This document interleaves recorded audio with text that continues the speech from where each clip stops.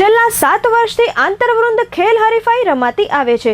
શાળાના દરેક બાળકોના 4 સરખા ભાગ પાડી ચારેય હાઉસની એક ટીમ બનાવી આ ટીમો વચ્ચે હરીફાઈ કરાવાતી હોય છે। આજ રોજ તારીખ 19/2/2024 ને સોમવારે મેદાન પર ક્રિકેટ, ખોખો, કબડ્ડી, બરછી ફેંક, ગોળા ફેંક, ચક્ર ફેંક, લાંબી કૂદ, ટૂંકી કૂદ, ત્રિપગી દોડ, લીંબુ ચમચી, દેડકા દોડ, સ્લો સાયકલ, બ્રોડ જમ્પ જેવી કુલ 26 વિભાગોમાં રમતો રમાઈ।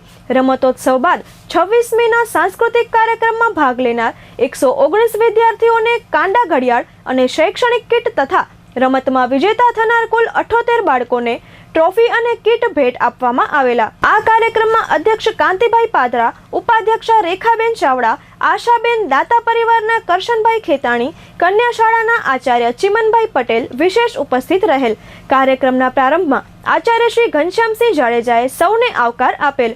હેતલબા ઝાલા અને પ્રિયાંકભાઈ રાજદેવે પ્રાસંગિક ઉદ્બોધન આપેલ। જસ્મિતાબેન માલવીએ સંચાલન કરેલ, જ્યારે જયેશભાઈ શાહે આભાર વ્યક્ત કરેલ। ગિરીશભાઈ પરમાર, હરપાલસિંહ, વસંતિકાબેન, ભાવિનીબેન, બ્રિજેપા રાજદેવ વગેરે સહયોગી રહેલા।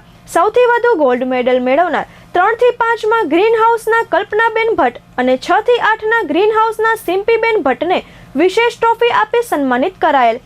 બાળકોમાં ખેલ ભાવના વધે અને રમત કૌશલ્ય વિકસે તેવા હેતુથી આયોજિત આ રમતોત્સવથી બાળકોને રાજીપો પ્રાપ્ત થયો।